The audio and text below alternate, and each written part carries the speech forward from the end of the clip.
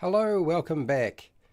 You are we're going to be doing some combat tactics today. The Orc is on the cards for those of you who were hoping to get something like this. I have done this sort of thing before. It has never been very successful. It's never got a lot of traffic, but I still think it has some value. It takes a long time for people to find this sort of thing. So I'm doing it with the intention that I will record it as well and then make it available at a later date. But this is also, because it's a live stream, an opportunity for people to ask questions. That's one of the things I like about live streams is I don't have to try to respond to people in the comments section where I really can't say very much. Like it's much easier to do it in a live stream than anywhere else. And I feel like this is going to have probably the best sort of impact. Anyway, so grab some food, some drink, get ready to ask some questions about the Orc. And I'll get into this in a second. And I'm going to do a slideshow, and then we're going to go. We've got the battle map here, so I can actually demonstrate some stuff with you today. Okay. So a little bit of demonstration will certainly be coming into play. Anyway, let's see if my throat and my brain works sufficiently to get this done.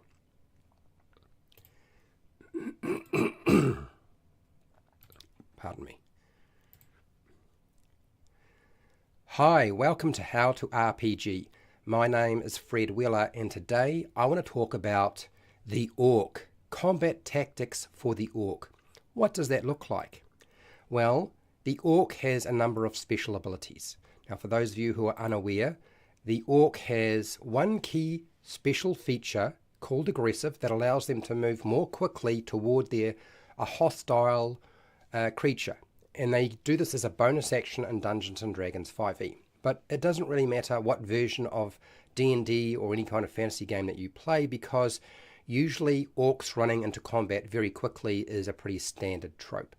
Orcs have dark vision that allows them to see pretty well at night, and allows them to gives them cover when they're doing orc raids, but that doesn't necessarily mean they will attack at night, although there are some benefits to attacking at night in terms of fear factor. They are reasonably threatening, and so usually you'll find that anything that involves intimidating or scaring somebody else in terms of a skill, they're very good at. And also orcs traditionally are strong, much stronger than a normal human. Therefore, they can hurt a lot more when they hit you. And that's one of the key features to remember with regard to the Orc. Now, when it comes to combat tactics, the Orc combat tactics that you might employ in your game. You can employ whatever you like, but here are some recommendations.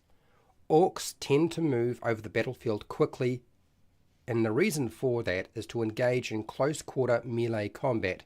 Now, whatever melee weapon they're using, but quite often it will be an axe or a great axe that they are swinging, because they can do more damage with that. If orcs can't rush the enemy in the first round, they will throw javelins, even if they have something like disadvantage or penalties to the attacks from extreme range. That's if they can't get into melee. They might throw javelins at that point. If they're on a high location, then they would certainly throw javelins. It's very rare to see an orc using a bow.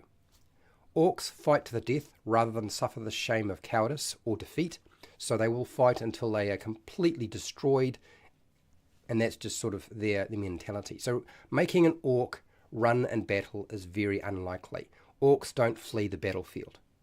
Orcs prefer to raid or assault other creatures at night, but they're less concerned about assaulting or attacking something at night to be stealthy. That's not why they do that. They do that because they favour terrifying their victims by screaming a battle cry. And basically, if you can't see what's coming and you hear these screaming and wailing and whooping going on, that's just more terrifying. That's what the orcs are going for. Attack at night, they can see clearly at night, and to scare their victims into submission before chopping them up into pieces or taking them away as slaves. Orcs prefer to assault in overwhelming numbers where possible. And orcs aren't usually to use stealth in terms of laying an ambush, setting up traps, or some sort of deception. It's not their normal mode of operation. Orcs will ally with a stronger creature if they see a benefit to themselves, but they do not want to be subservient to somebody else either. Orcs like to challenge the strongest foe in the battlefield. So if you want to try to take out a particular orc, challenging them to single combat is something they would be right up for. So if you want to try that and you can handle it, then give it a go. Defeating orcs. How do you go about defeating an orc in a battle? Orcs can be negotiated with, provided you have something they want. Like if you have a weapon or armor or tools of war, they favor these things.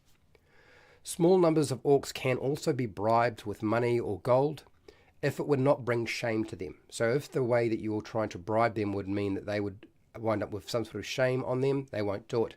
They certainly won't do it in front of others where the consensus amongst the orc tribe is that you must fight your enemy and fight them to the death. So it has to be something relatively small in terms of bribing them. Keep your distance from the orc because their great axes cause a lot of damage and they are very strong and they can hurt you really badly. Orcs can be convinced to stop fighting and engaging in a duel by engaging in a duel. So if you want to stop a mass battle taking place by engaging and challenging the strongest individual on the battlefield, the other orcs will watch and wait to see what happens. So the best way about doing this is to target the strongest member of the orc group, and it's usually going to be the leader.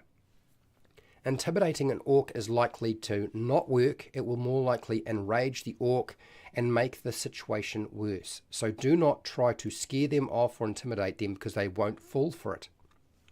Now, this is all advice that I have picked up over the years. I hope that this will be useful to you, and if it has, great.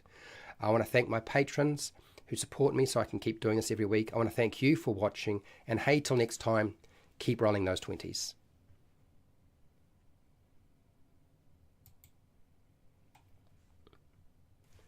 Right, give me a second, people. Now, I would normally go over with the battle mat and demonstrate a few things, and I'm quite happy to do so. But I guess the thing is that what people want?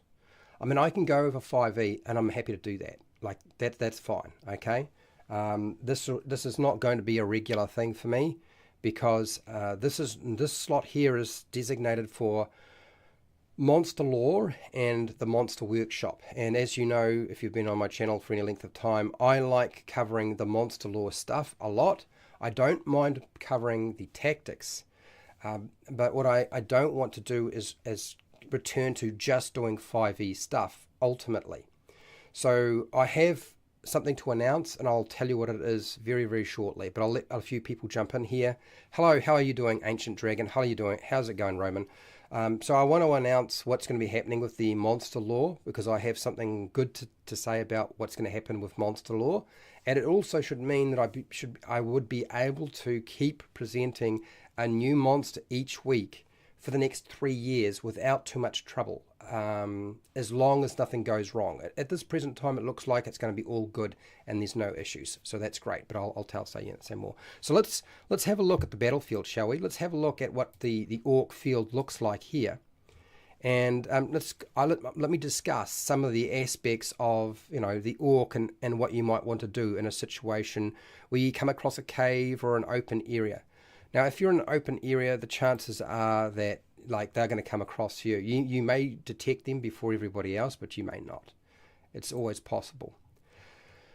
So what do I mean? One of the key features for all orcs is that they are particularly strong and they like to fight. And as a result of that, they usually select the weapon that will do the most amount of damage. But they also are very good at crossing a battlefield quickly. So as an example of that, I don't have enough space on this battle mat to actually demonstrate that.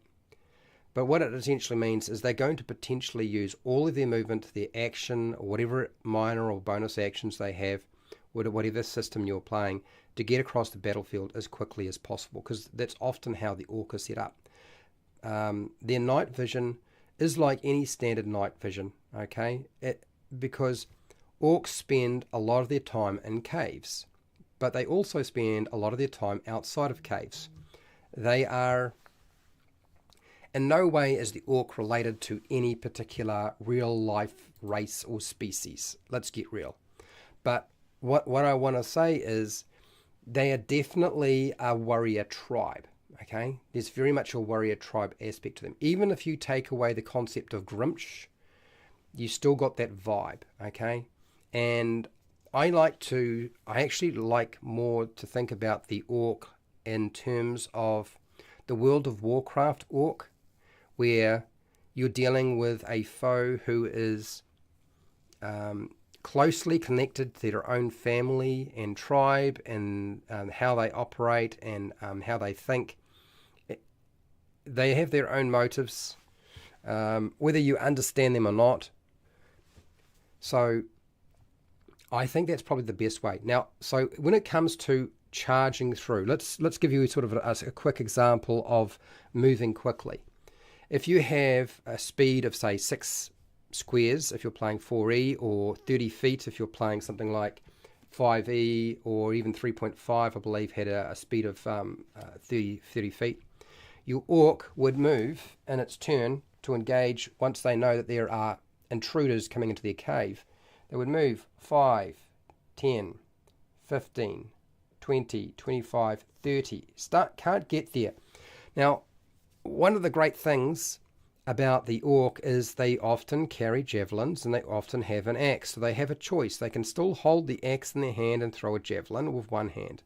You don't use 2 hands to throw a javelin. So they could throw a javelin, but a javelin's not nearly as interesting. And almost all of the orcs that you'll ever come across always can move a lot further than normal. So they would cover the rest of their distance, move up and engage. And orcs they're not the sort of individuals who are necessarily going to go after the weakest individual. If anything, it's kind of like the challenge is to go after the strongest individual in the party. So the taller and the bigger they are is a good indication to an orc. If they're covered in armor, that's the one they want to fight, because there's more honor in taking down an enemy who is better equipped to deal with them. And so that's how they think. They're not really terribly interested in spellcasters, although they know how dangerous they are. So if they are a major threat, they'll certainly go after them.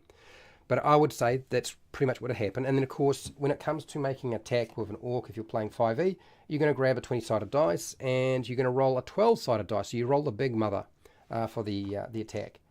Okay? So if it's a 5 for an orc modifier, add your 8, okay, and you get 13. And then you then compare that with the armor class of your target. And, of course, damage would be 8 plus 3, which was in this case would be 11 if it actually hits the target. And against a barbarian, I suppose it's possible you might hit that target pretty well. So that's sort of your orc and moving up quick and fast. How's it going, Diego? How are you? I hope you're having a good day. So moving up fast, engaging the enemy, certainly a big factor in terms of how they operate. Now, one of the other things is they also like the idea of scaring their enemy. And so this is why the use of night is so important to them. If they engage at night, as I had said before, it is not to necessarily sneak up on the enemy, because they're probably going to give them a lot of warning. There's going to be a lot of shouts and war cries well before anything else happens, because they want the enemy to know they're coming. It's just where they're coming from, and will they even be able to deal with it?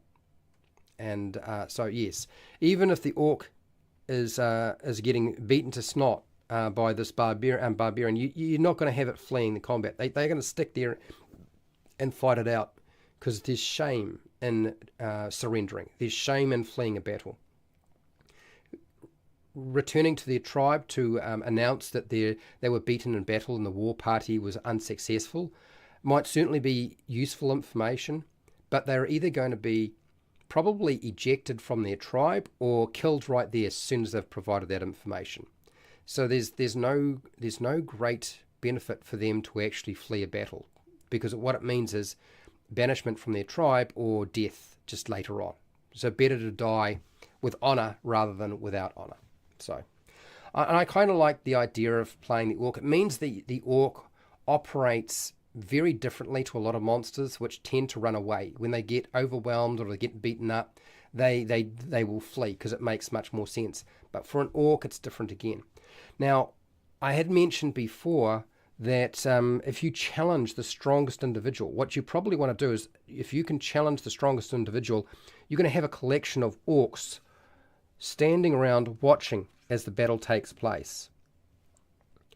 And if whoever's challenged them, whether it be the dwarf or that barbarian, maybe the dwarf in this case, this being the leader in this case, let's say this is the leader, challenge, they fight, and if the leader, the orc leader, dies, then the orcs will withdraw and retreat. They will not surrender, but they will not engage in a battle if that was the agreement that was made. It's all about honor. So I just wanted to point that out to those of you who think, man, orcs are pretty boring, but actually they don't have to be boring. They can actually be really, really interesting. And so I thought I'd just throw that out there for you today. If there's any questions that you have about the orc, I will certainly cover them. I'm just going to type this in now. Hashtag. Do you have any questions about the orc in a battle and tactics? And if you remember those few things that I've just mentioned, you're going to do pretty well. Like you can't really go too far wrong. Anyway, let's get back into the workshop aspect. So the second half of my live streams, there's a workshop aspect when we're doing monster lore or even monster tactics, stuff like that. And I want to do that today. We were doing some good work yesterday, and we're going to continue that. But what I want to do before we start doing that is I want to just announce something that has happened. So I don't know if you know, but I've had some contact with Esper the Bard. Now, some of you will be aware of. Let me just move forward. Some of you will be aware of Esper the Bard and his YouTube channel, and the fact that he's written a book and he's writing another book. He's got a Kickstarter right now, Monstrous Heroes. I was part of that, and I played a character called Vegemite with AJ Pickett and a bunch of other people, Wally DM, and I think it was a Tabletop Bob as well. Yeah, Tabletop Bob. There's a couple other people I can't remember. Okay, so I'll answer Diego. I'll answer your question, and then I'm going to just tell people what's happening with the monster lore, because it's a good thing. How would one make an orc party more challenging for a high-level party? Well, are you talking about 5e? How do you make it more challenging? If you're running something like Dungeons & Dragons 4e, there were different monster stat blocks for the orc. Okay, the stat blocks were not just one. There wasn't just two monster stat blocks. You know, for the orc right now, you have maybe three. You have the... No, you don't have to be sorry. Don't have to be sorry. I'm just going to answer your question, and then I'll go back to what I was saying. Okay, I know. So the problem with an orc is it's still a fairly low challenge rating. They do a reasonable amount of damage, which is all right. I mean, you know, a 12-sided dice and then adding a modifier is fine. I find if you're dealing with a higher level party, it's better to use the average damage, because if you're playing 5e, or even if you're using a different system like 4e or 3.5, using average damage and then roll a 6-sided dice. I swear by this, people.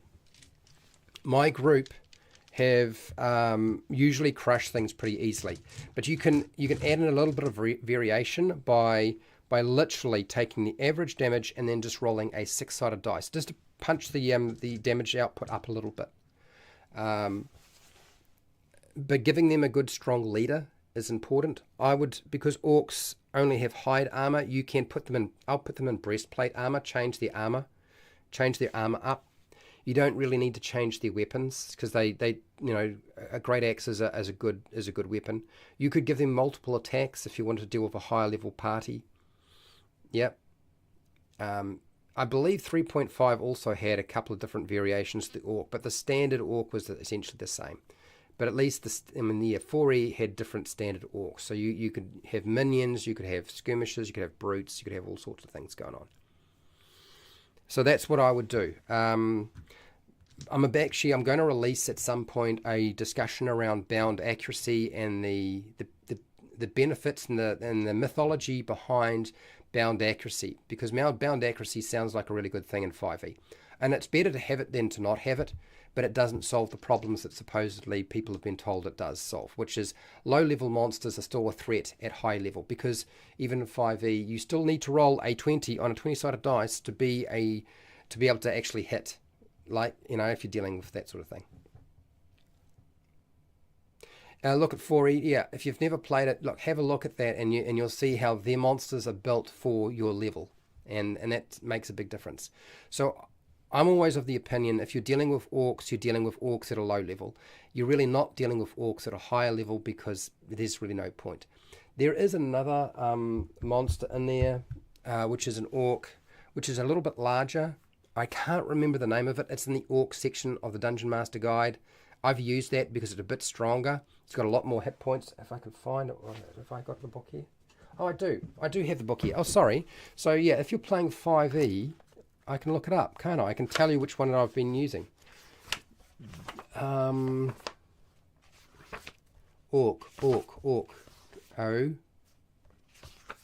Sorry, people. I've got glasses on and I probably should take them off because I can't see the book. Ah, there we go. All right. Orc.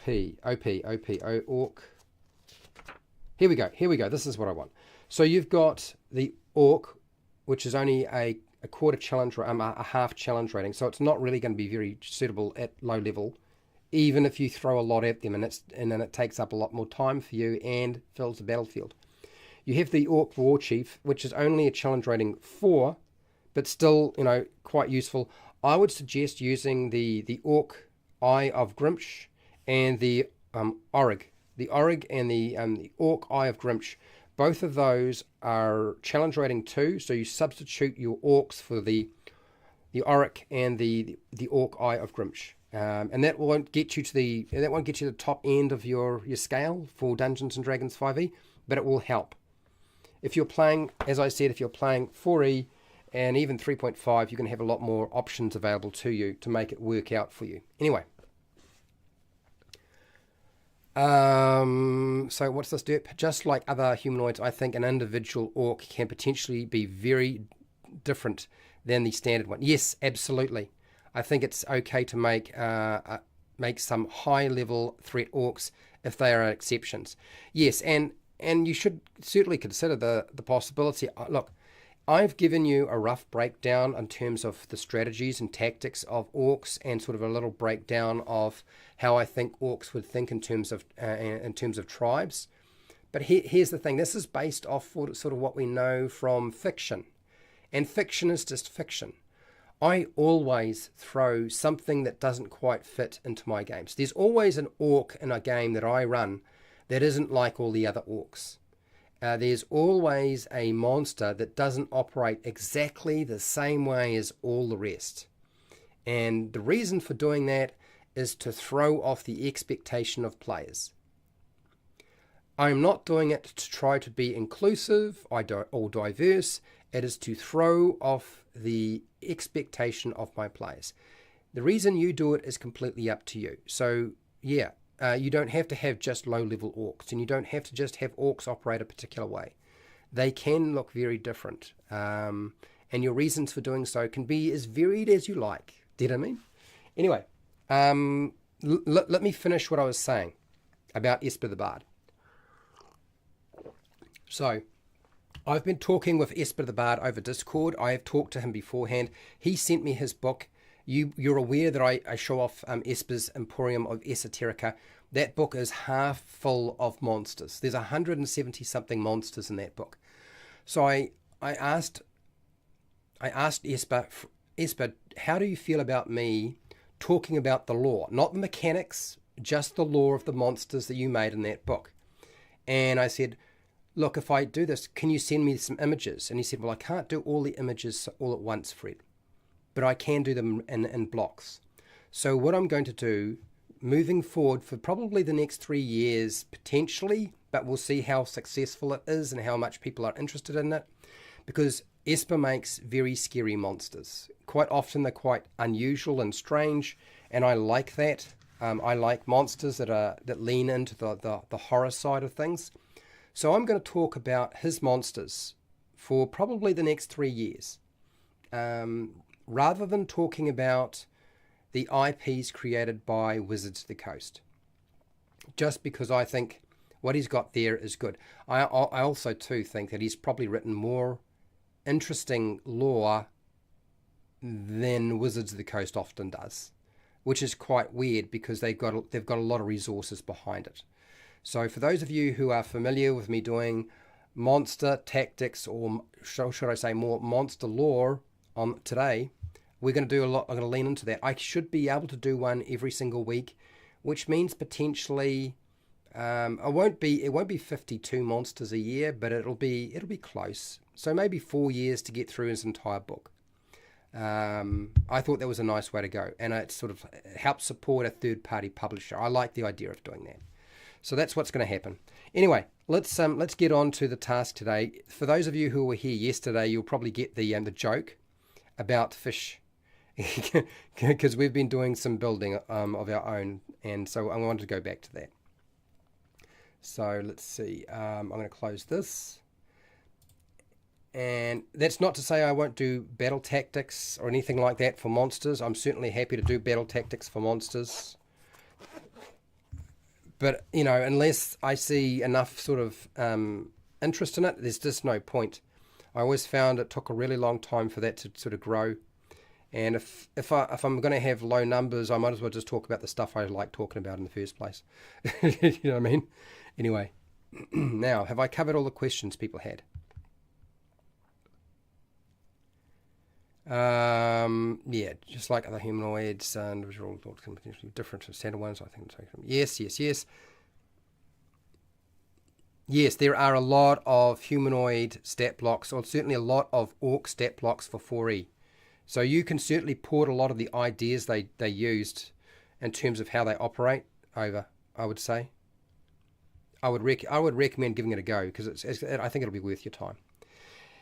Anyway, let's get on with the workshop. And let's have a look. Here we go. And for those of you who are unaware, we've been building tables. We've built a table for land animals that we can use to build monsters from. There's 100 of them now. Thank God for that. That took a while. It was hard work. We've got one that's almost finished for subterranean or underground animals, for making underground and subterranean monsters. We started working on marine creatures yesterday, and we did really well. I think we got like 50 different marine animals, just over 50 different marine animals. I think we should continue down that vein. The last one we need to do is flying creatures. So if people start getting stuck, or I start getting stuck on the marine creatures or sea creatures, we'll move on and start working on flying creatures. I want to make all of these tables.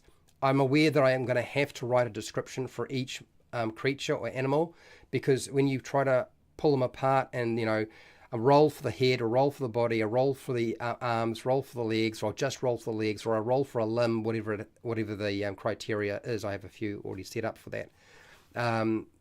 We need to know what the thing looks like, and some of the creatures and animals we've found are so unusual that it's nobody's going to know what the heck they are unless they do a lot of research. And I don't want you having to flip through the internet or look up stuff because it's not clear what the heck it looks like. So we're going to have to include descriptions. I'm not going to be doing that today, but I will be doing the picking the names. So as you can see, we're dealing with marine creatures. We've got a whole bunch here, and I think we can keep going. I think it's possible for us to keep going.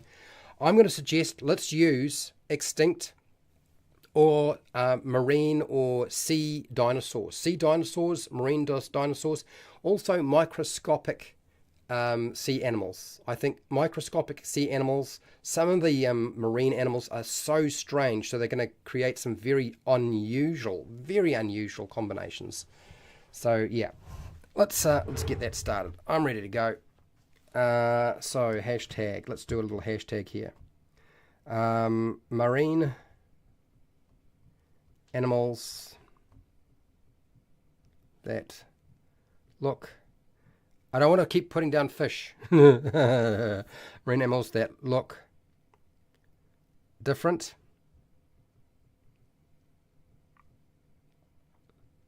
Well, let's go dinosaur and small. Microbe, microbe. And microbes. I think we can probably work pretty well with that. I don't know how much people know about marine life and so forth, but I'm assuming viruses do exist? You know, do sea creatures get viruses? I don't really hear that much about that sort of thing. But then again, you know, maybe it's just me. I'm curious. Anyway, so let's continue on. I decided we didn't have dolphin down here, and I feel like even though dolphin looks kind of similar to a fish and to a shark, it's the front of it, the snout, that sort of makes it stand out. So I think we'll add dolphin. Okay, CDE, dolphin. And once I've got dolphin in, let's do now. Let's see, marine animals. So we got seal and orca. That's just a whale. I don't feel like it's different enough. We've got octopus, sea lion, which is just a seal, shark, dolphin, whale, starfish. We put that down. Turtles, we've got turtles. We're not going to do anything that's flying. Oh, did somebody say a flying fish yesterday? I think somebody mentioned a flying fish, didn't they? Does a flying fish look significantly different to other fish? Flying fish. I'm kind of curious.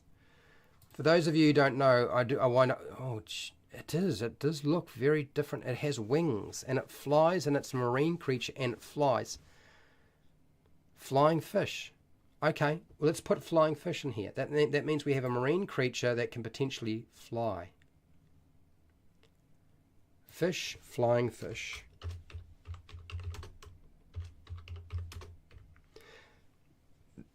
There's a reason why I put the question up there, people, about the fish. Okay, because this is usually what happens: is people poke fun at what I've been doing, you know, which is totally fine. Loch Ness Monster. Ah, the Loch Ness Monster. It's a dinosaur, isn't it? It's. Do I have a blowfish? Diego, I don't think I have the blowfish, but is the blowfish really that different? Blowfish. So the blowfish is the thing that, it's been taking too much cocaine. No, I'm only kidding. Pufferfish, is it called the pufferfish or the blowfish? The porcupine fish, pufferfish. I think it's the pufferfish.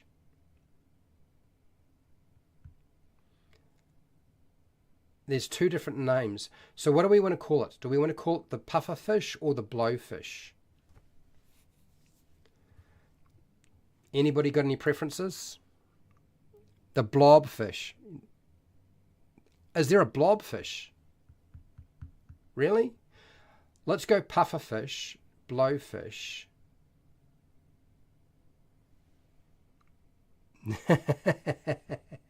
Let's I think we'll go, let's go blowfish. Blowfish.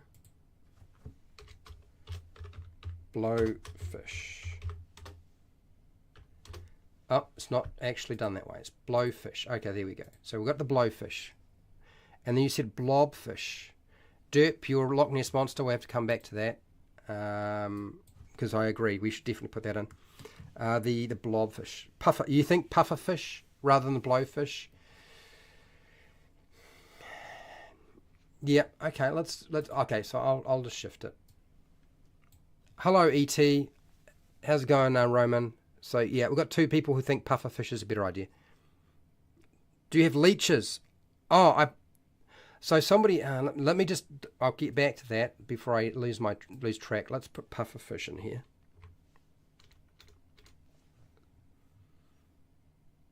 Puff, fish. Pufferfish. And it's two words, correct? Pufferfish. No, pufferfish is actually together. Okay, all right. We'll get this. Pufferfish. Okay, so it's in. Now, leeches. Now, I'd thought about leeches yesterday, and I think you're right. I think the leech is a good idea. The leech is a nice idea. But isn't a leech a, what is it called?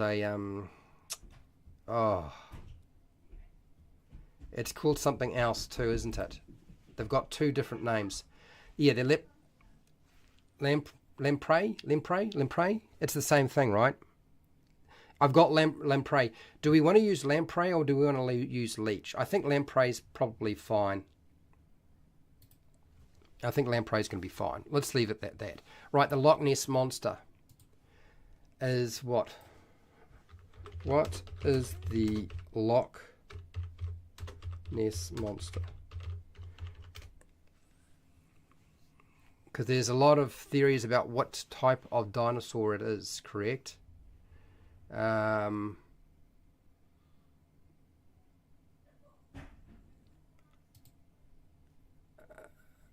History, facts, Nessie. Does it state what type of dinosaur it is?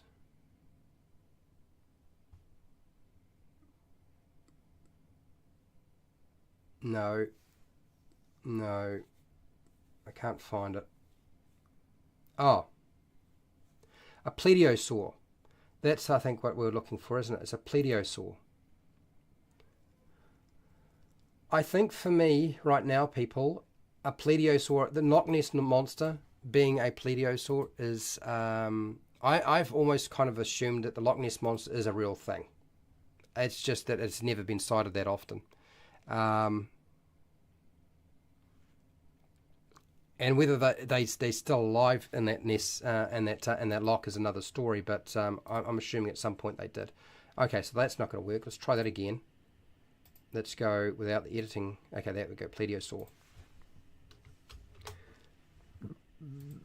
Plesiosaur is nice and different. Blobfish, blob with a B. A blobfish, pretty unique. Okay. I don't recognize it because didn't I put blobfish in? Blobfish. Is that it? Oh, I see. The blobfish. It really does look odd, doesn't it? And it's actually all one word, blobfish. This is the blobfish. It's kind of got like a funny snout to it. Okay.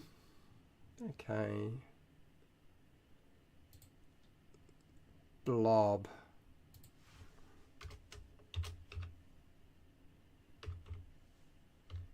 Blobfish. Okay, all right.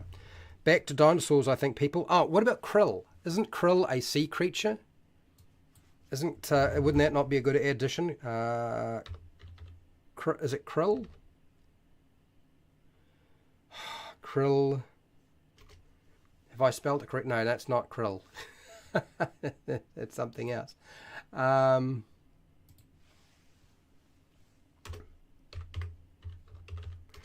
do you... The thing that's... Krill as in...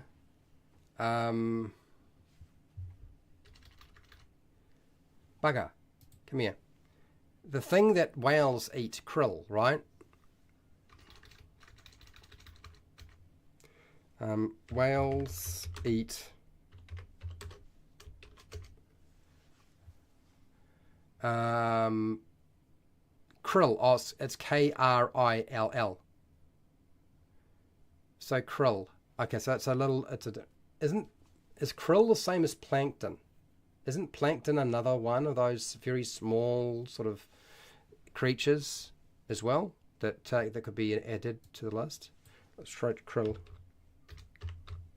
Okay, try krill. So that's a krill.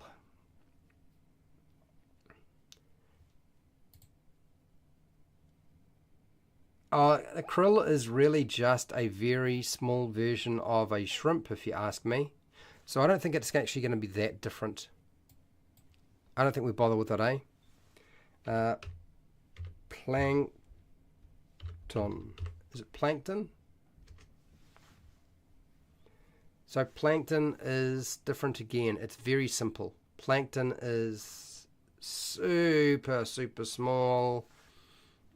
And yeah, okay, so we can put plankton in. Plankton. Copy. What about that? P for plankton. Plankton. Here we go. Sorry, people. I've already started. He's already losing his mind. Lost his mind completely. Plankton. Right, drink of water. How are we doing? Well, we're a long way off from being finished, that's for sure. So, back to marine animals. Let's just go through the basics here. Manta ray, well, we've got stingray, which is the same thing. What's an annelid? Does anybody know what an annelid is? Oh, what's this? Okay. All right, I'll look that up. I'm kind of curious what the annelid is. Annelid is also known as the segmented worm, are a large species including ringworms, earthworms, and leeches. Oh, okay. All right. We can probably leave the annelid alone. The sea cow, otter. I think we had otter down, didn't we? I'm pretty sure I added otter from you. I did. Okay, so let's look up this name that you've given me and see what we've got.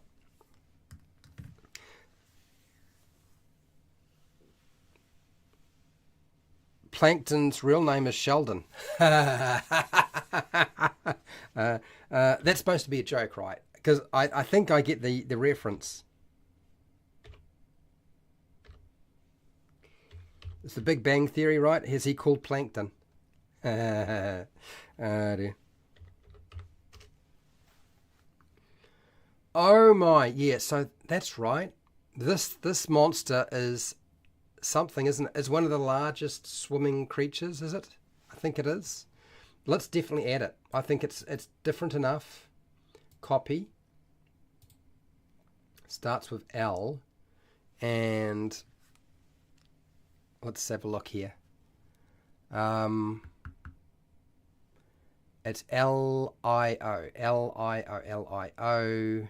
P. P. I think so. It'll be after lionfish. Paste. So that there is one dinosaur that will certainly stick out for us. Let's stick that in there. Okay, cool. Got it. Now, do we want to add, because we didn't put, I don't think we put crocodile or alligator in here, did we? So yeah, if we thought, well, it's going to be hard, actually, there was a lot of stuff we missed. Do you want alligator or do you want crocodile? I'm inclined to go with the crocodile because alligators and crocodiles kind of look exactly the same. The fact one swims looks a little slightly different in terms of its snout. One lives in salt water, one lives in fresh water. I don't think that really matters too much. So let's add crocodile, eh?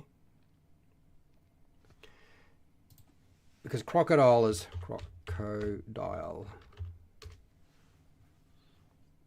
Crocodile is slightly different to this last creature we had, and we haven't got that. So crocodile would be a nice addition.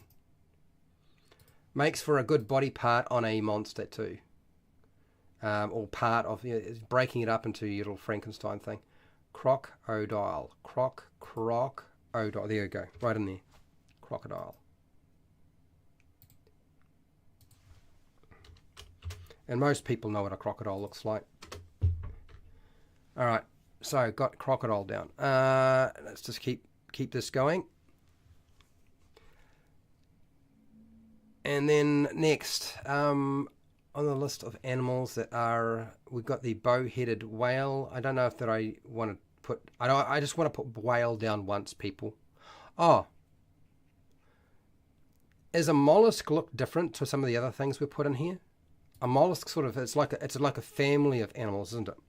Mollusk.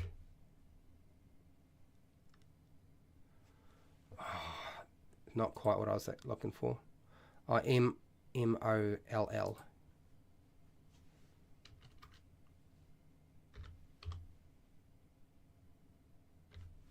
Mollusk.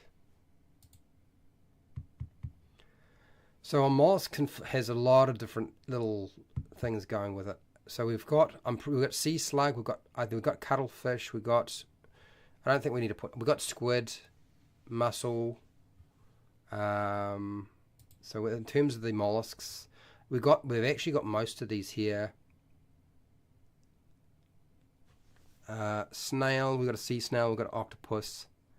So so that's not really going to get us anywhere. So let's not worry about that one. The leafy sea dragon. What's the leafy sea dragon? What have you found here? The leafy sea dragon?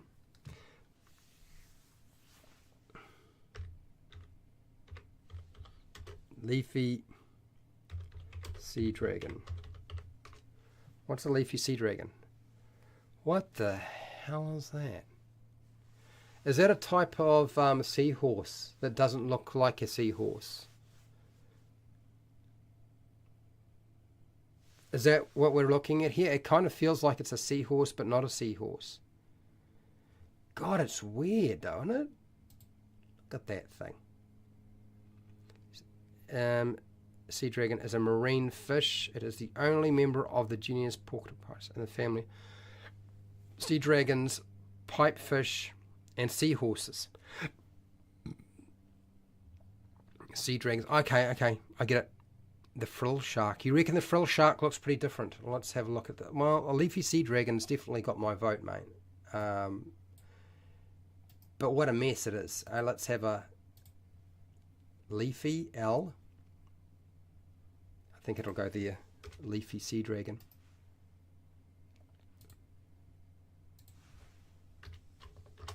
Leafy sea dragon. Sea dragon. All right.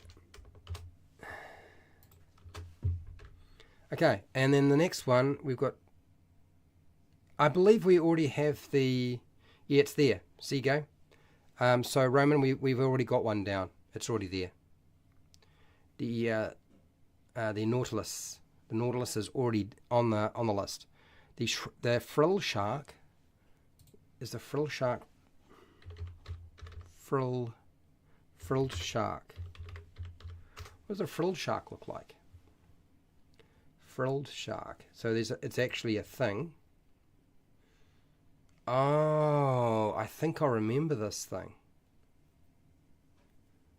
It's kind of like an eel, but it's not, isn't it? The frilled shark. It's really odd. It's kind of like an eel, but not. In terms of its head is very distinctive, isn't it? In terms of its shape. And then its tail is, well, it's a tail. There's nothing much to say. It's really what makes the creature stand out from everything else is the head. Yeah. Anything dragon to me is, I bet it is. So the frilled shark. All right, let's go dinosaurs, people. Must be some extinct old dinosaurs we can use that were in the sea. Frilled. Frilled shark. Frilled. Paste. I believe we have snake, but I will check for you, but I'm pretty sure I put down snake. And as far as I'm concerned, we don't need to put down different types of snakes. We just had snake.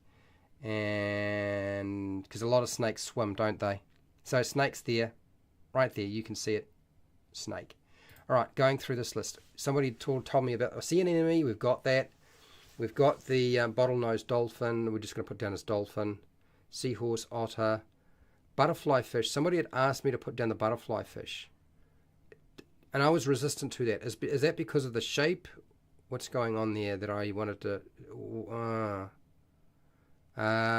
jellyfish. We've got jellyfish. Butterfly fish. Oh, let's have a look at it. Butterfly fish. Oh, okay. Do you have sea urchins? I think I do, but I'll check in a second, okay? All right, so the butterfly fish is pretty distinctive, isn't it? Okay, well, butterfly fish. Okay, we'll add the butterfly fish. Butterfly. Butter. Yes, you want to put that on toast. I'm going to be making a lot of really bad jokes today, people. If you hadn't figured it out, it's going to be one of those days where Fred makes bad jokes. Butterfly fish. Great on Vogel's toast. Here we go. Butterfly fish. Dear. Okay, so sea urchins. I'm pretty sure I put down urchins. I don't know if I put down sea urchin. I think I just put down urchin. Urchin, yeah. The spiky round sea egg, which moves around by moving its spikes around. Which is a clever little sucker. So we've got it. Don't worry about it, ET. All good. It's there. So this other creature you've just mentioned, Diego. God, you've got a few here coming now. If we've got a botanist in here, not a botanist, a biologist in here, we're in, yeah. You don't need to slow down too much, but yeah, just give me a little bit of time so I can show things off. We've got time. We've got another hour at least. We'll be all right. The helicopter.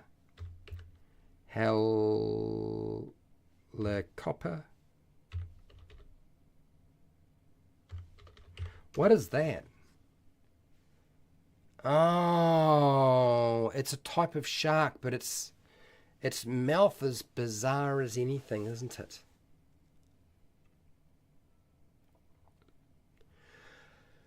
I mean, most things are in the sea are gonna have fins and stuff like that, but the head itself is what makes it stand out, right? If you roll and you get on the table for the head, you get that head. Like that's a nice start to a monster. Yeah, I will agree. Let's put it down. I do recognize it. H.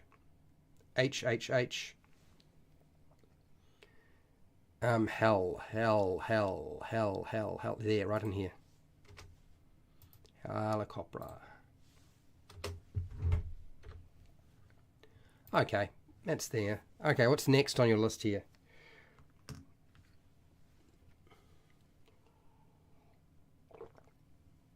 Get me some good dinosaur marine creatures, people. What the heck? I'm going to have to... Right, bear with me as I try to type this out. My eyes are going to shift back from big to small and different distances. It doesn't do well with that. A-R-A-X.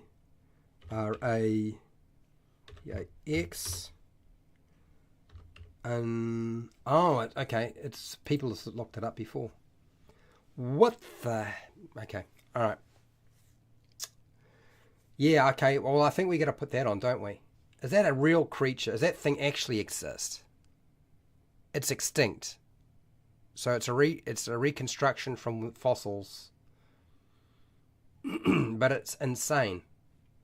Love it. Let's grab that. Copy. LY. I'm going to go here. No formatting. Capital L, capital U, and a little dash. Oh, it's going to take me so long to put all the descriptions in for this. Okay, so nice work there. Next one. God, there's another one I don't recognize the name of. The OPAB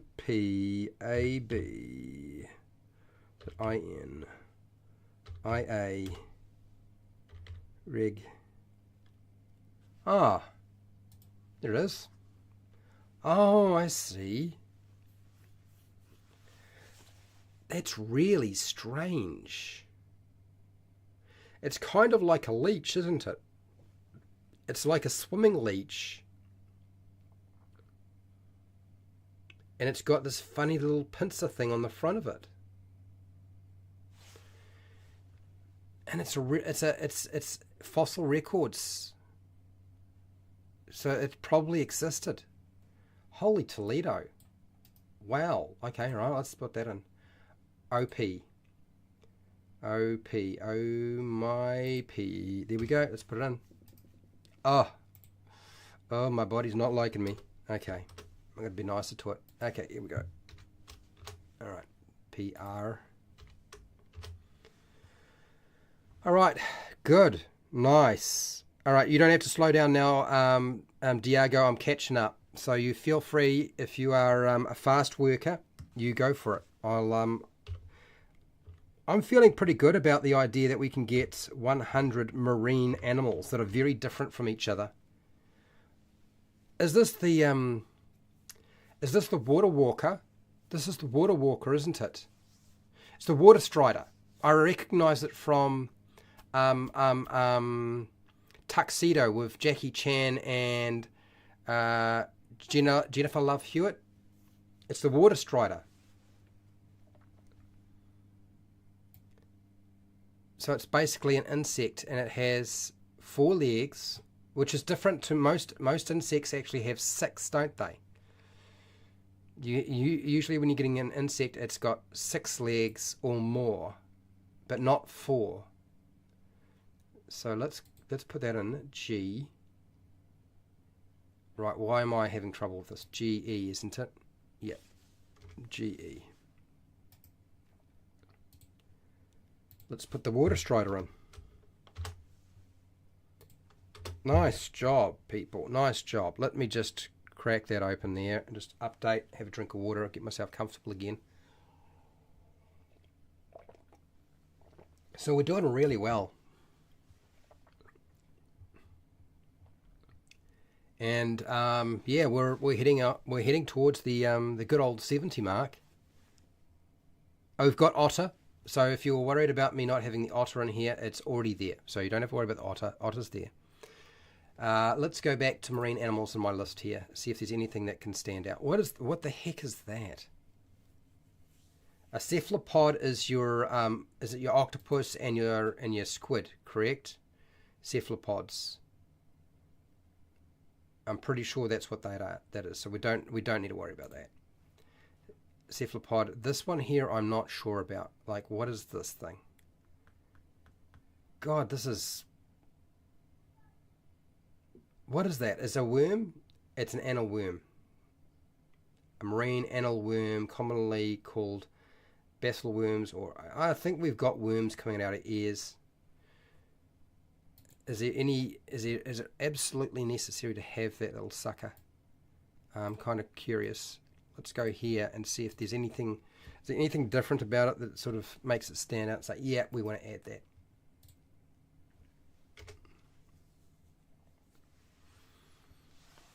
I believe we've seen something that's similar to this, that kind of looked like a worm and a centipede all combined.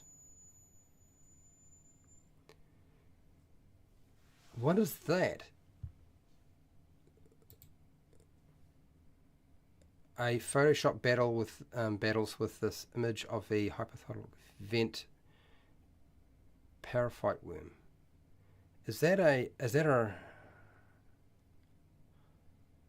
paraphyte worm? Oh, somebody's photoshopped it. That's why it doesn't look like that. It's not a real thing. Somebody's created it just to have a hoot. Like, look at me, I found a new creature. The fin whale. Is the fin whale actually that different? No, it's just a fish. What's this? It is a free-swimming truncates found throughout the world. Okay. Tadpole-shaped adult. I'm not entirely sure what this is. This looks very unusual. So I'm going to just highlight this and see if I can find a bit more about that. Hello, prepare, cook and survive. How are you? Paste. And what's this? So what does it actually look like? Self-sufficient. Oh, okay. It's kind of like a tube.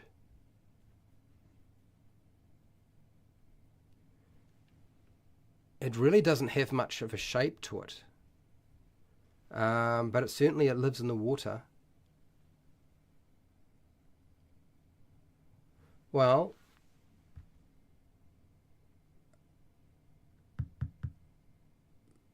I think maybe we can put that one in. Let's go here, copy.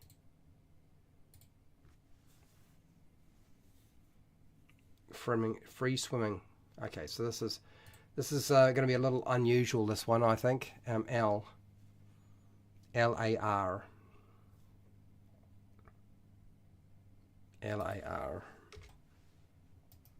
And okay, all right. What do we got here? Hello, Seeker. Man, it's been a while, Seeker. How are you doing? You must be up very late if you're over here with me, mate. It's gonna be Domains of Delight. Oh, Flint Fireforge. Hello, Flint. How are you? For a second there, the name almost made me think of Flint from Dragonlance. Anyway, hey Fred and all watching silently, but had to drop the sucker in the chat. No problems. I'm glad you did. What's this? The Chandru is a tiny Amazon parasite catfish reported to swim into... Oh, of course. All right. Let's type it in. I was wondering if somebody would mention that one, and I hadn't mentioned it for obvious reasons because I didn't know where the conversation would go. I know what it's going to go. I already knew where it's going to go. It's a catfish. We've actually got catfish already. This is just a tiny version of that, right? That swims up the, your thing and does all sorts of bad things in there. Yeah, yes, I'm aware. So we've got catfish. It looks like a catfish. An armored fish the size of a small bus. Really? Oh, okay. Let's have a look. Let's have a look at this one. Diego, what have you found? I believe I do have jellyfish. Before I look at your... Yeah, jellyfish is there. There you go. Jellyfish is on the list. 2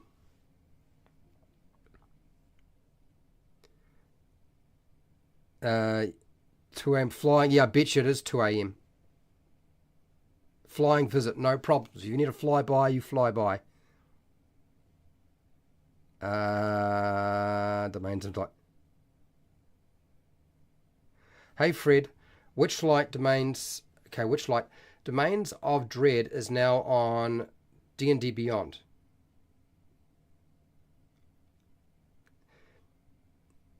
I know it is. I have the book. You want me to tell you what I think of the book? Is that what you're trying to say? Okay, all right. I don't know if I can talk about the Witchlight adventure book at the same time as doing this, but I'll do my best.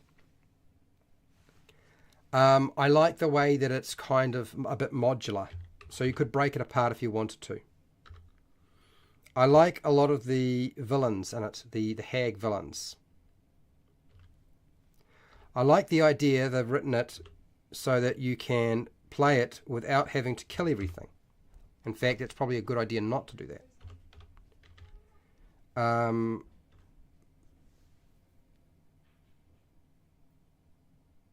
The expansion book. Oh, I see. The expansion book. I didn't realize. I haven't looked at it. To be fair, I'm staying away from Wizards of the Coast stuff. I keep trying to... Oh my god. What the heck? Like, give me a second, people, while I deal with this thing. This is... Why did it go extinct? Well, I'm glad it did, because, good lord. Is the vertebrates succumb to changes in ocean conditions, marine oxygen levels? Okay, so let's have a look. It's an armored-looking fish, all right. Terrifying. It's okay. After, before. So that's what it's supposed to look like.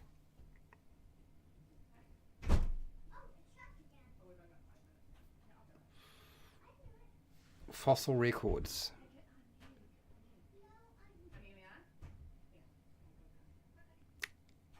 I don't know if I feel like it's sufficiently different enough. I'm going to put a question mark on it, okay?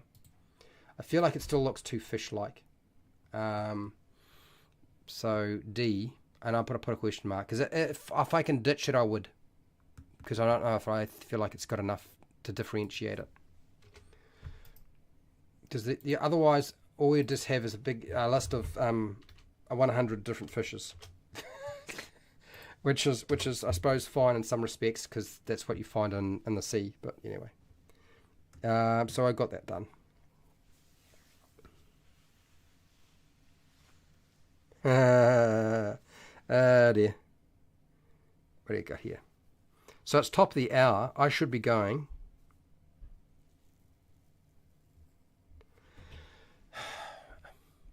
Okay, so look, let me take just a moment just to explain. For those of you, there's a few of you here, okay? So let me explain to you. Maybe I should just hit the record button as well, because I constantly find myself having to explain this to people, and maybe I should just do it. Let's just do that. Let's take some time and explain why Fred doesn't do this. Okay. All right. Get ready, people. Grab your popcorn. Here we go. Okay.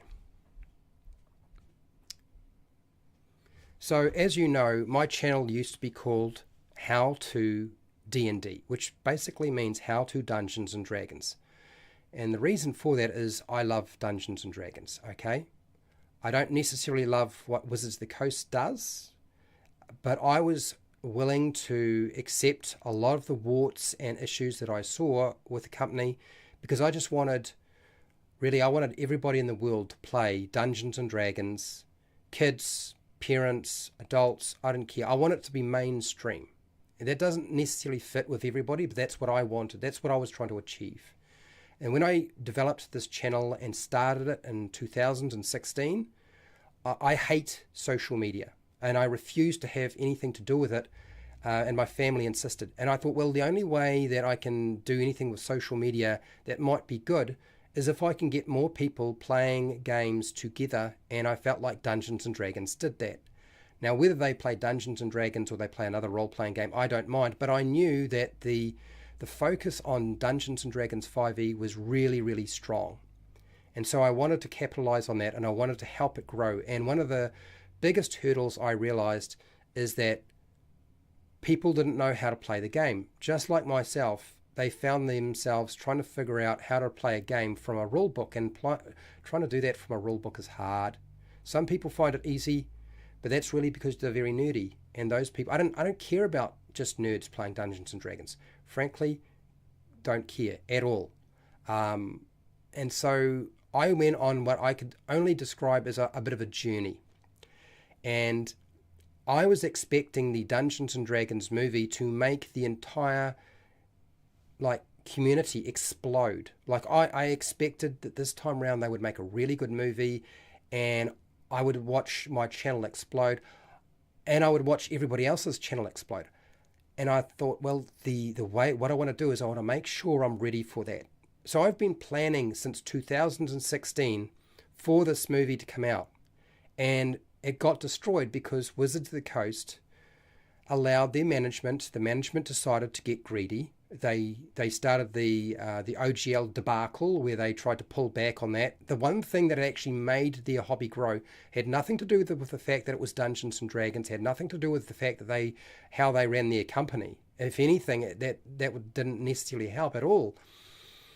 What it helped is it was now the open game license, and Dungeons and Dragons was like, well, everybody can just build on this source code. And so that's what helped it. And so I wanted to encourage that. I wanted that to grow. And I did not expect there to be 1,000 different YouTube channels on role-playing games and Dungeons and Dragons come about through a pandemic.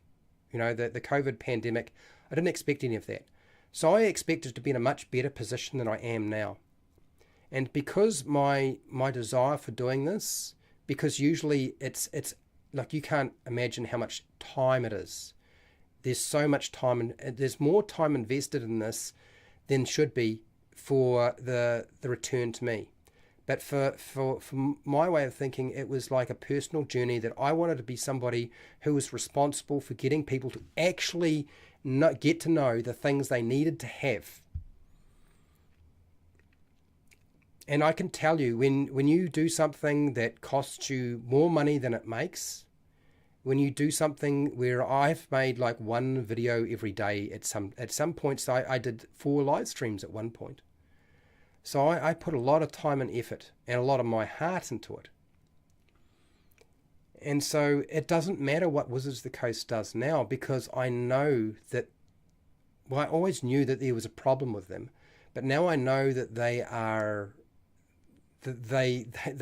really, really dangerous for the community. And I've watched the YouTube community become more poisonous too. And so when all of that happened, I could never forgive them. I don't care about the Creative Commons thing. I don't care about the SRD. I don't care about the promises they made about what they're going to do in the future with 2024. For me, it killed it, because it killed it for the community. It killed it for the creators who were helping grow the industry. It killed it for the fact that right now, you shouldn't be able to go into a bookstore and buy a Dungeons and Dragons book. Doesn't matter what version it is. Whether it be 5e or anything else, they should all be sold out, as far as I'm concerned. And Wizards of the Coast burn that to the ground. And because of that, there have been a few times in the last few months where I have considered resigning myself to giving up. So I don't talk about Wizards of the Coast stuff if I can help it, because I don't give a fuck about them anymore. And I will certainly, I'm happy to support third-party publishers who I think are doing good things. I'm happy to support different role-playing games. But even that has been very difficult as a journey for me, because everything that, the real nuts and bolts about why I was doing it in the first place, there's a point where you have to do this for love. It's been on the verge. I mean, for me, the channel has been on the verge of an obsession, an unhealthy obsession at times. I can tell you now, extremely unhealthy. There's a reason why a lot of channels have disappeared, because you just can't keep it up. And I'm still here. And this is why I don't care about what Wizards of the Coast does. It's why I'm doing the content. None of what I do now on my channel and all this live streaming, which is killing my channel. YouTube's destroying it. And I suppose you might say I'm the one that's responsible because I'm doing all the live streaming, but nobody's watching the edited videos anyway. So I know my reach is just not there anymore. So yeah, I am really struggling with the concept of wanting to talk about what they do. I had never intended to do as many live streams right now as I do. I had planned to do that when I semi-retired, which is hopefully in about 2 years. I hope. But there's no guarantees, because the world is a mess, as you know. And I work very, very hard to try to get myself to a point where I don't have to work 12 hours days or 14-hour days, which is what happens because I have a full-time job as well, because that's what actually pays the bills and the mortgage and the YouTube channel. So yeah, when I am reluctant to talk about 5e, but specifically about Wizards of the Coast stuff or Dungeons and Dragons traditional stuff, I'm happy to talk about the stuff that's kind of gone past, you know, the older versions and stuff like that, or retro clones, stuff like that. But it's still blowing the wind out of my guts a little bit, and that's why you will always find I'm still trying to find my way, people. Okay, I'm still trying to find my way. Anyway, okay, I need to take a break, and then I'll come back and we'll continue doing marine animals, because that's going to be a lot more fun for me. I don't know what the hell was I do. What did I do that? Anyway, back in 5 minutes.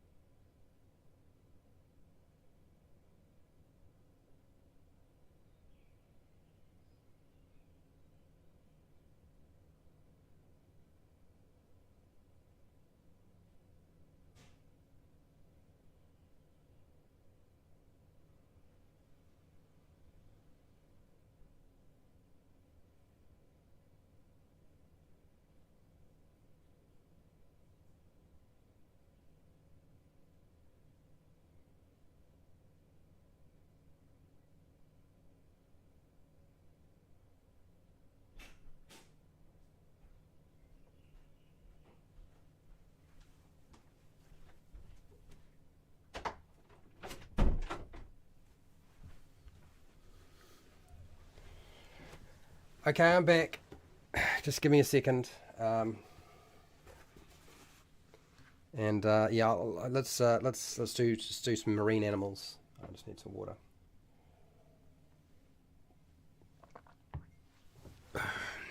That was too heavy. Yeah, that felt really really hard to deal with. Actually, I don't know why I did that to myself. I know people keep asking me, they're like, why won't you forgive Wizards of the Coast? Yeah, okay, all right. Yeah, you do YouTube and decide if you really want to do that for 7 years of YouTube. Do you really want to do what you used to do? Anyway, okay. Let's get into this. So we're back to animals and fishy animals. Look, do me a favor, people. If you can't think up a new animal to add to the list, tell me an animal. Tell me a fish joke. You might as well make us laugh. Anyway, so what have I missed in the chat that I should have been catching up on? Okay. So Witchlight DLC.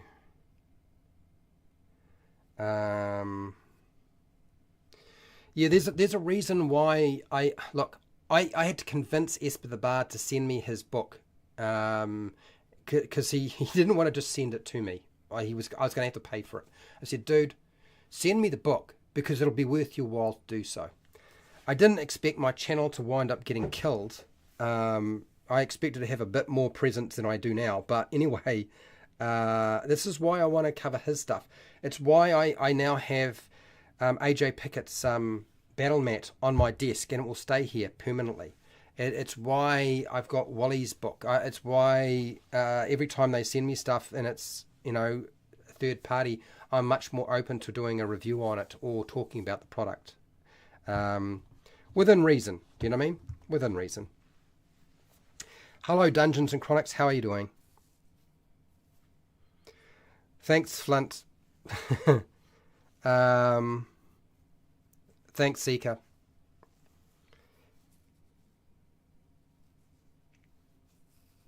Yeah, well, Dungeons and Dragons, or whatever you want to call it, is your game now, because that's why my channel's all about making your own stuff. That's why we're doing this now, so you don't have to buy their stuff. And okay, yeah, that's where I stand.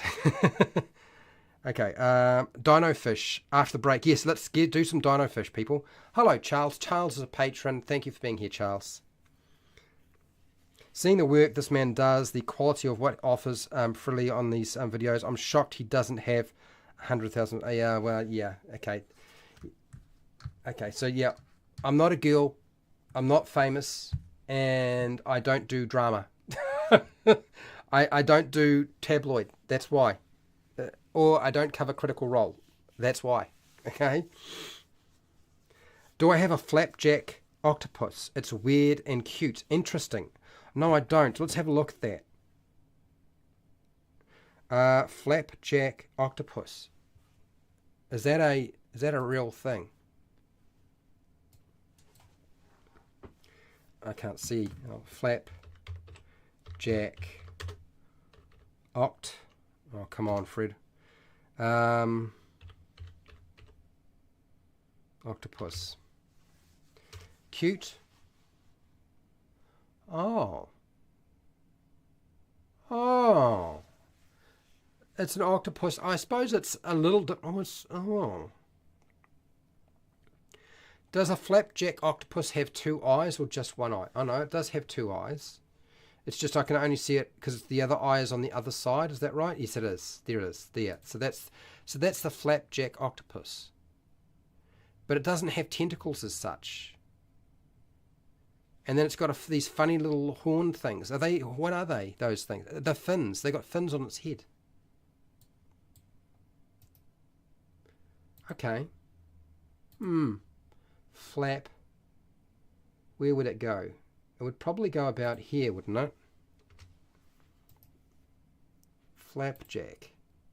Octopus. What an odd looking creature. It is still an octopus in it, essentially, but it is. I guess it is. It's still fairly distinctive, isn't it? We've got with the one you were just talking about. Like you can see it on the screen. You should be able to see it right there in the middle. We've got it. Dungeons and Chronics got that.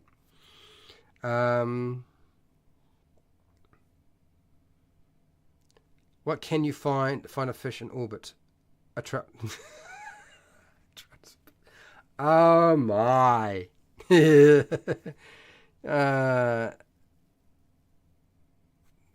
Trout of space. Wow. Wow. Why don't fish play basketball? What? So why don't fish play basketball? You tell me.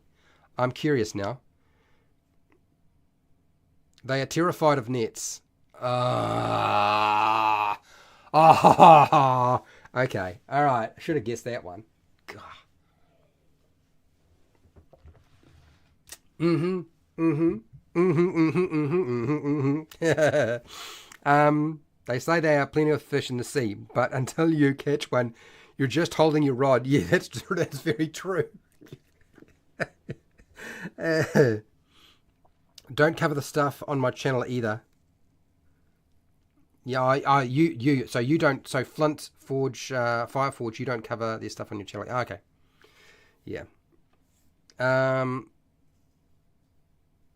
Love your passion and integrity, Fred. I don't know about integrity, but yeah, got the wind knocked out of me pretty badly with all that.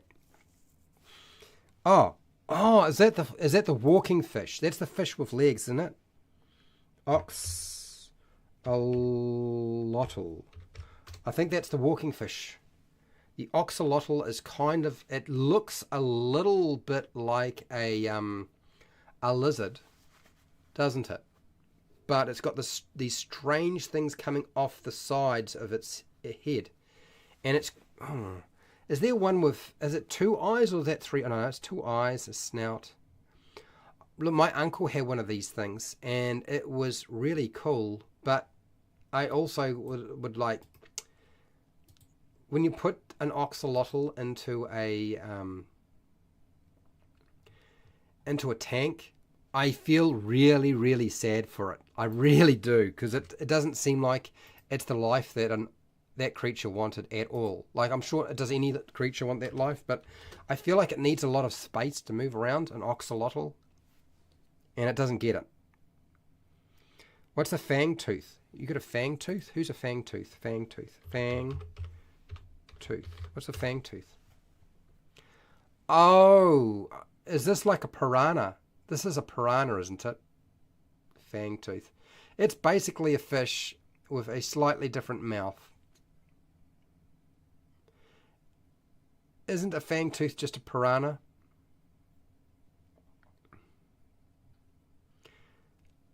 Piranha? Piranha? Piranha? I don't know. Is that how you spell piranha? Piranha. No, that's not it. No, piranha.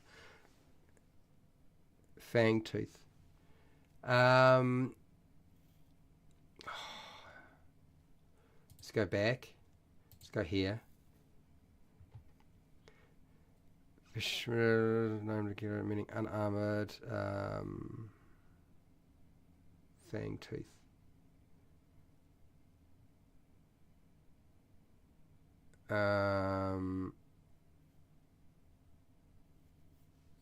Interesting. Okay, so I'm going to come back to fang tooth maybe.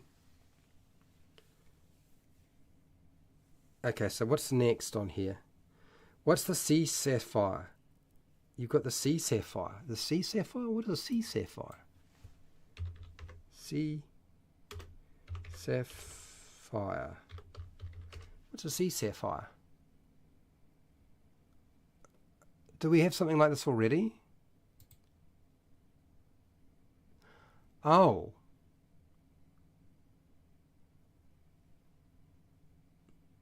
Sea sapphire.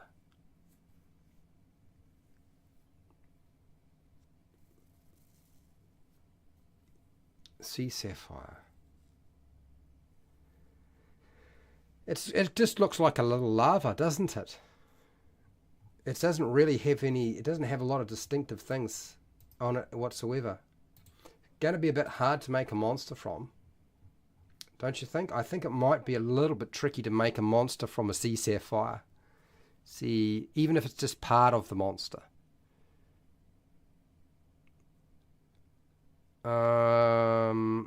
Yeah, so I'll put it here. I'm going to put a question mark. Yeah. It's definitely distinctive, but I'm like, how do you make a monster, even a monster part from it? Because there's not much to work with. That tends to happen, right? Charles, the giant Leviathan. I think we got Leviathan already. Or don't we? Leviathan. I've put down Leviathan already, so I think giant Leviathan is just going to be another Leviathan.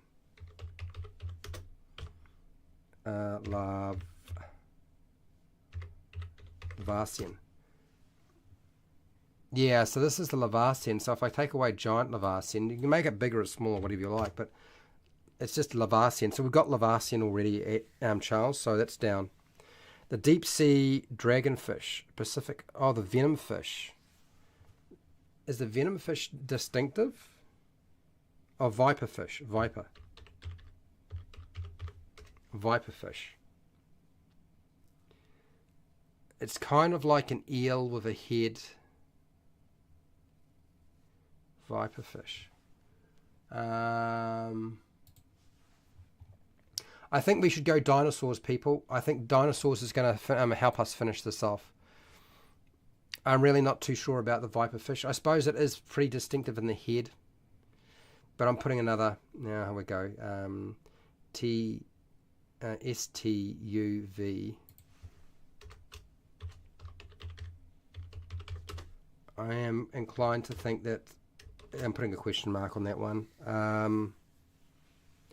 And then, Diego, you got the deep sea dragonfish. Deep sea dragonfish? Deep sea dragonfish.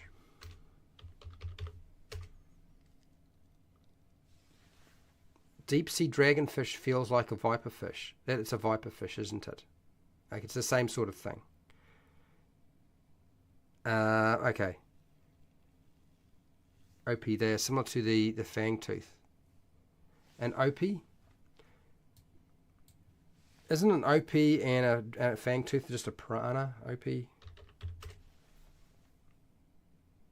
That didn't work. There you go, alright.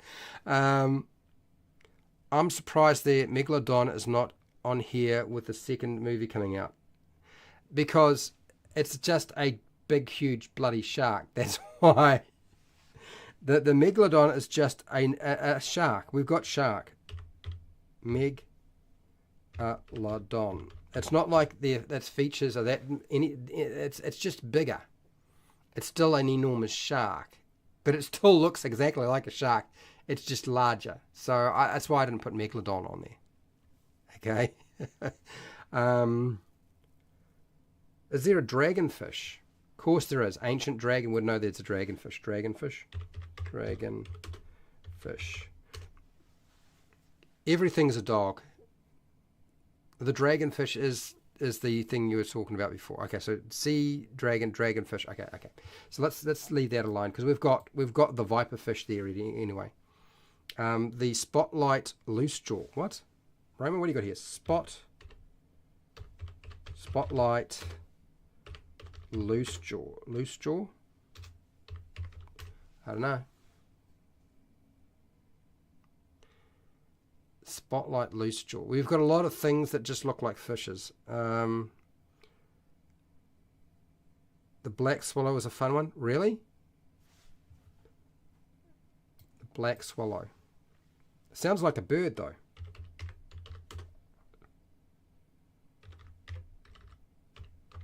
The black swallower. Oh, good Lord. What the heck is going on there? Well, we can't not put that one on, can we? The black swallow. The goblin shark. Okay. We have urchins already.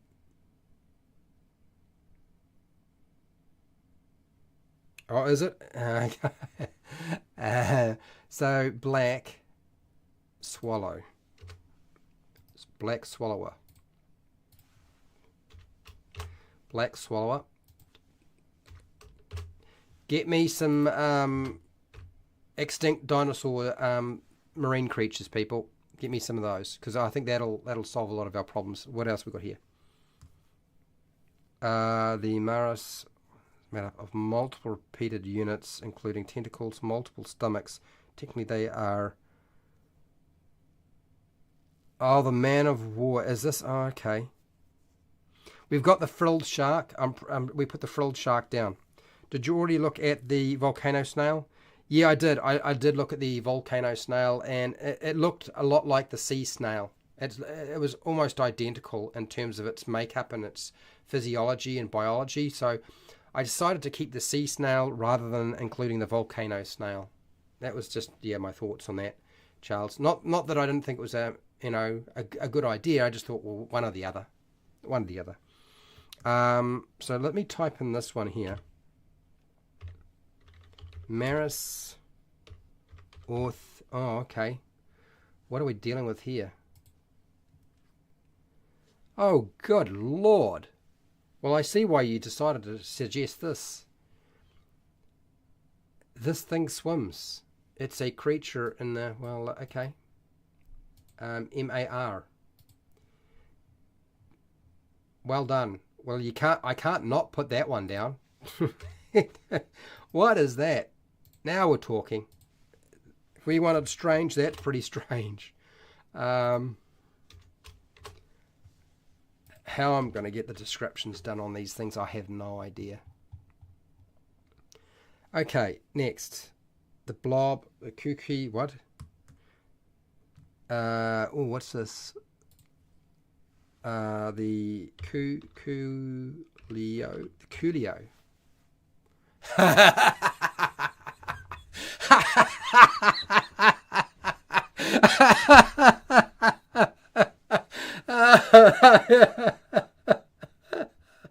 Oh, dear. You did that on purpose, didn't you, Charles?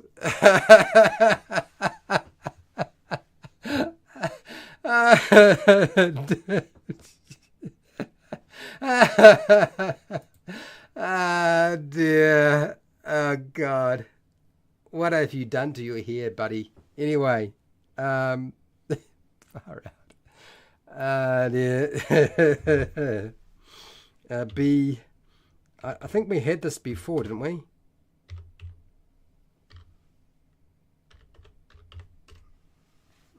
Yeah, it's the blobfish. We've got the blobfish already. The Dumbo octopus.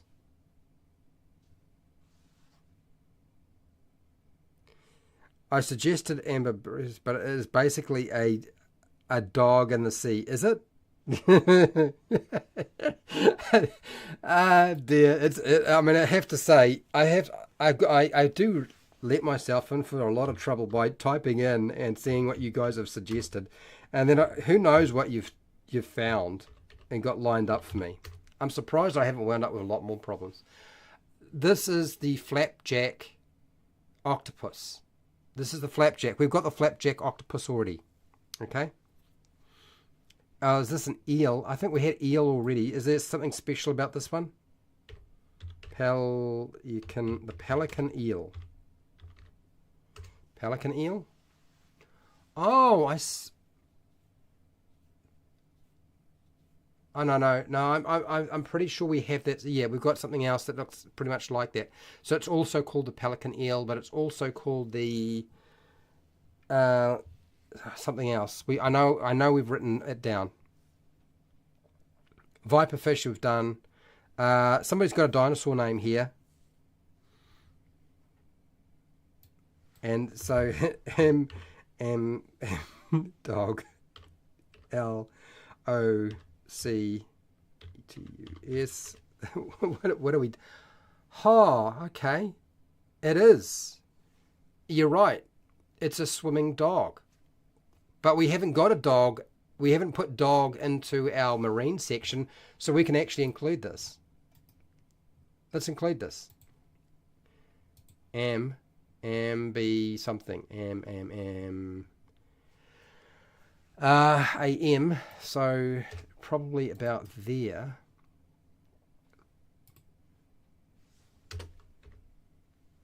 All right, so that's an animal for sure. Crazy. And then there's definitely a dinosaur here. Unrelated. Would you look everything? What?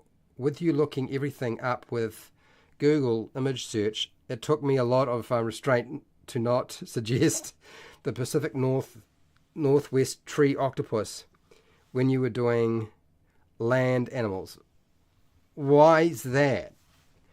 Now, I'm like, what would that have done if I typed that in? Like, am I gonna step into a bit of a trap? EUS, I think that's right. No, we've had this already, I'm sure.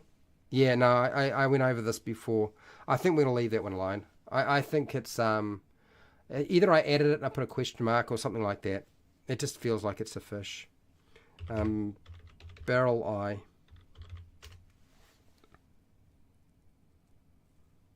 What? What's going on here? Are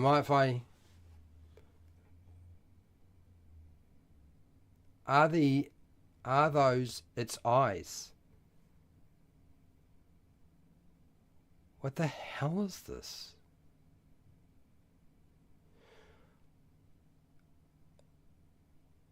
The barrel eye.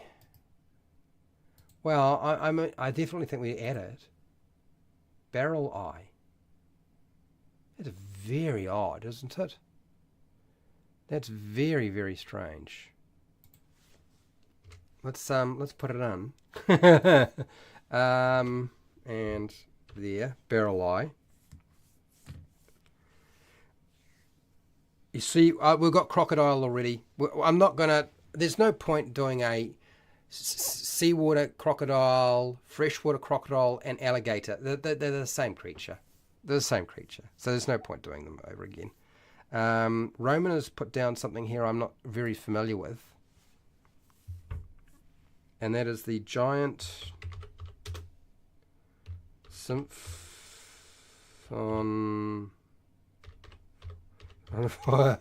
I don't know what this is. Oh my, what?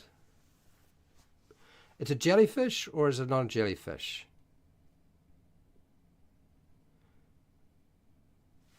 I'm a little lost.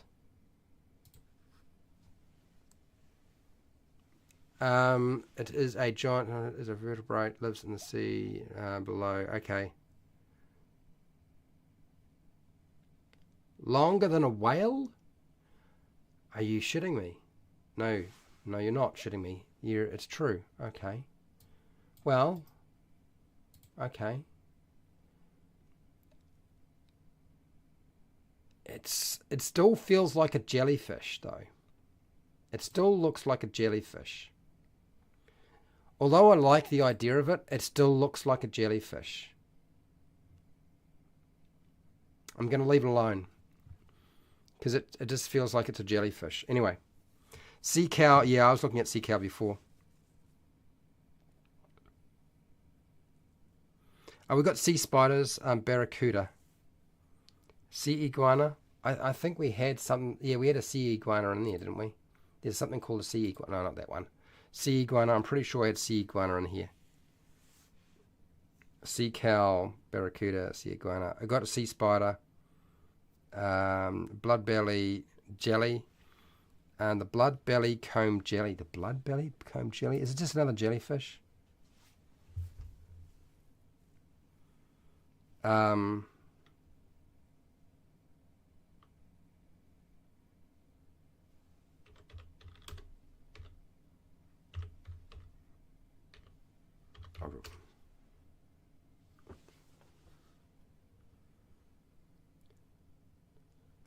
this is a tree octopus. Can be found in temperate rainforests of really?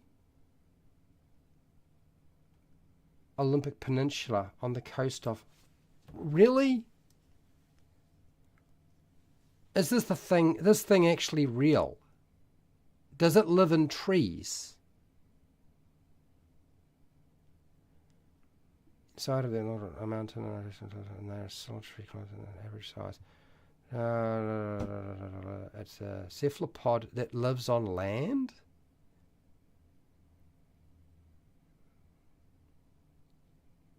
Okay. Oh, it's because of the moisture. Oh, that explains a lot. Is it actually a thing? Good Lord.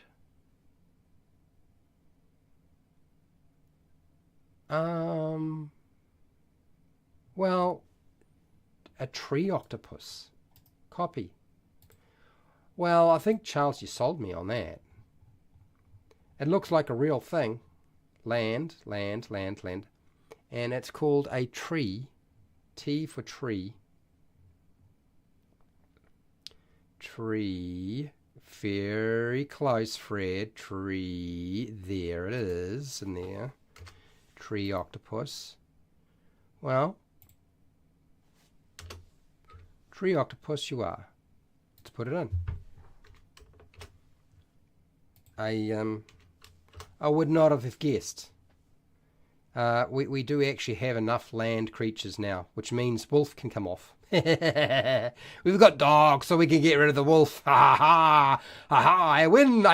The dog must go. No, I mean the dog can stay and the wolf can go. Bye bye to the wolf. Hello, you have just sealed your fate.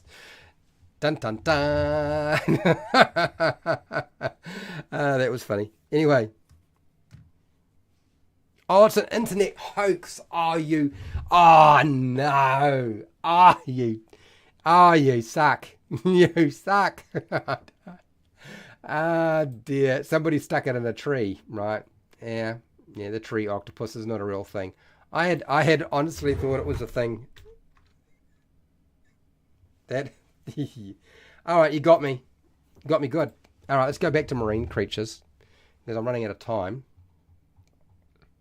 And like there are a few. A frogfish. Is there a frogfish? A sea barracuda?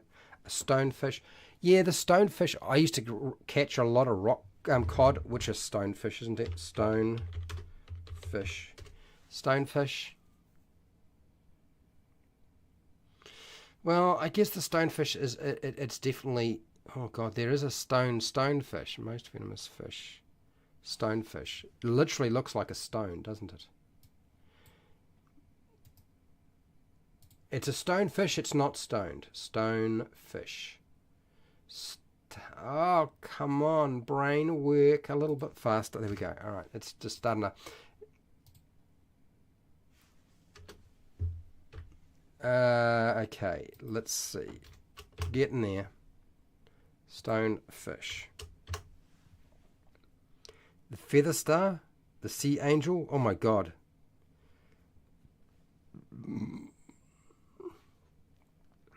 I'm sure I've got the iguana because it swims, doesn't it? Iguana, yeah. We've got sea iguana. We've got the iguana.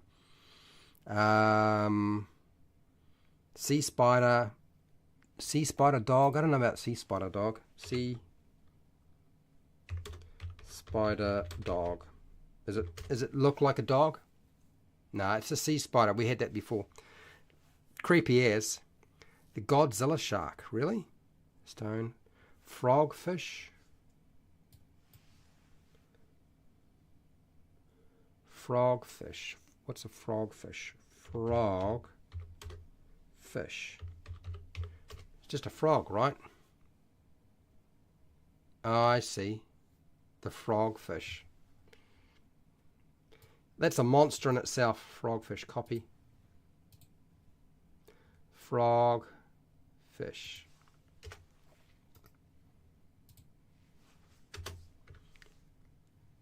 I know what's going on here, people.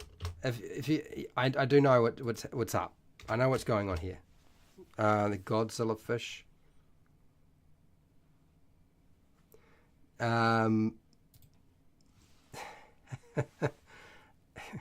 Godzilla. Godzilla shark. What's a Godzilla shark? Ah, it's just a shark. Godzilla shark. All right. Oh, what's this? Somebody's got something in here. What's this thing? Diego has got the moss. So is this a dinosaur? It looks like it is.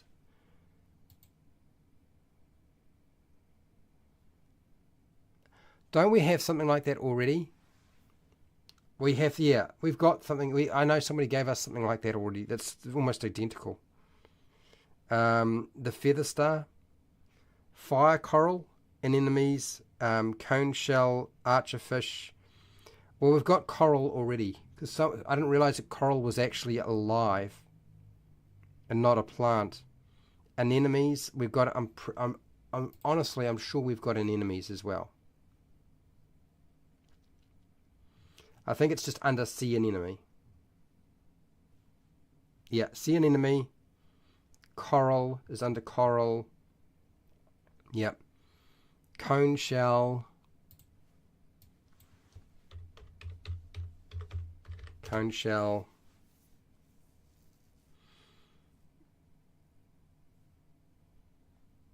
It's just a basically it's just a shellfish basically, isn't it? Cone shell.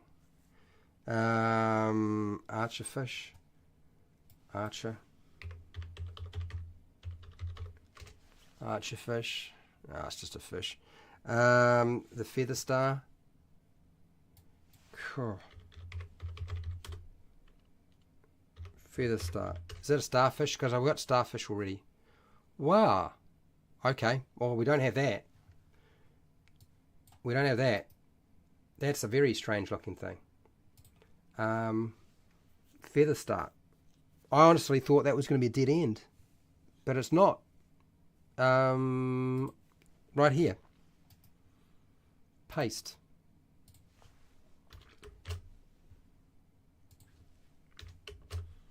Man, that's some sea dollars carcass.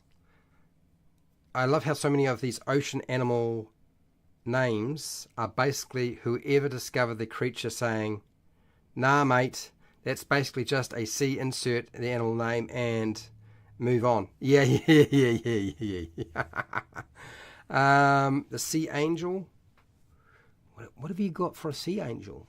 Is it a sea angel? Oh. Whoa. Okay. Sea angel. Okay. Fine. Let's put it in. Sea angel. I think it should be about there that it goes. And let's just put that in there.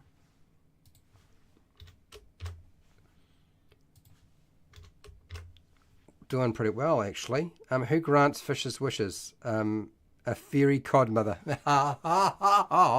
What? Do you really have SpongeBob SquarePants? Do you already need... We've already got sponge. Yeah, we've already got the sponge in there. So for those of you who are like, you can't leave out the sponge. No, the sponge is there. Okay? I didn't leave out sponge. The fringe head. What's the fringe head?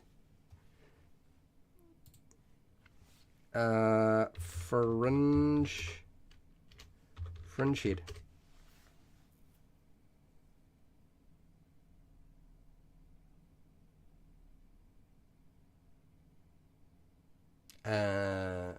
Oh, it's not a fish. It lives in a shell, but it looks like a fish. Are you shitting me? Oh no, it's... Oh. Oh, I see. It's very odd. Okay. Anyway. What do I got here? Fringe head. Sand dollar? What's a sand dollar? A sand dollar? Sand dollar. Sand dollar?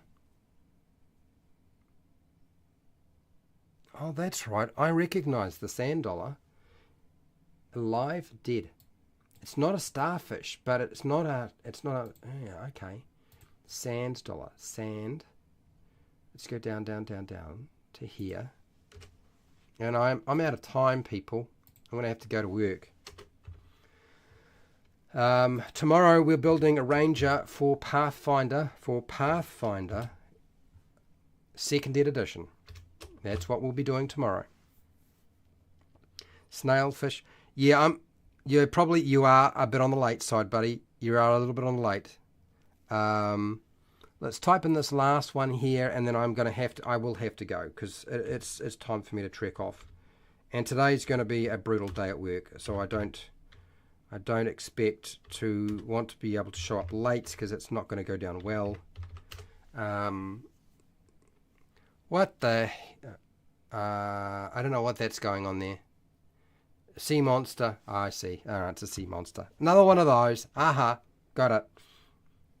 Oarfish. Penguins. We got penguins. Hello, Britton. How's it going? How are you? Okay, so yeah, I do need to finish up because, I mean, if I don't, I will be late. I'll get myself into trouble, and I don't want to. And I've still got to lock up the house. So what have we done here? We've done marine animals, trying to get 100 so we can use it for making creatures, and hopefully everything's reasonably different to each other.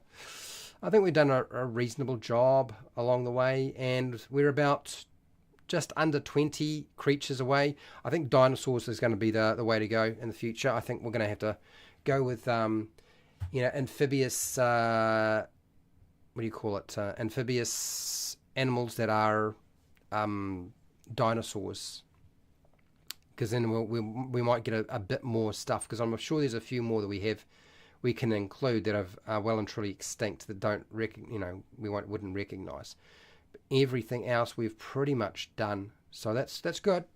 So that's a lot of work, and yeah, I'm sure we can get there eventually. There's so many different weird things in the sea, so yeah. Okay, all right, let me just get over here and so squeeze myself back up here. And Breton, Elwell, yeah, so Elwood, hey, thank you for being here, people. Do appreciate it. Glad you are still with me. I'm happy about that. Let's finish up this poll. Will you be making fish jokes today? So we have no, 38%. Undecided, 23%. Yes, 19%. Just watching. Clearly, my question is Nessie. We have the dinosaur that Nessie is based off is actually on the list. The plesiosaur is on the list. So don't worry, we have not left the plesiosaur off the list. It has been done. Hey, a big thank you to everybody who's been watching. A huge thank you to all of my patrons who support me on Patreon so I can keep doing this. Everything we make here goes up onto Patreon, okay?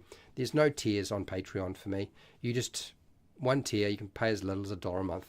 Anyway, thank you for taking part in the poll. Thank you for all of your assistance, people, everybody in the chat who's been commenting and throwing out ideas so I can sort of wade through it and help me out. In this process as we work towards 100 marine animals followed by 100 flying creatures. I don't know how that's going to work. Anyway, yeah. And for those of you who are just watching, thank you too. So wherever you are in the world, whether it be the morning, the night, the afternoon, or the wee early morning, please look after yourself, your family, and your friends. Be nice to your neighbours. And hey, till next time, keep rolling those 20s.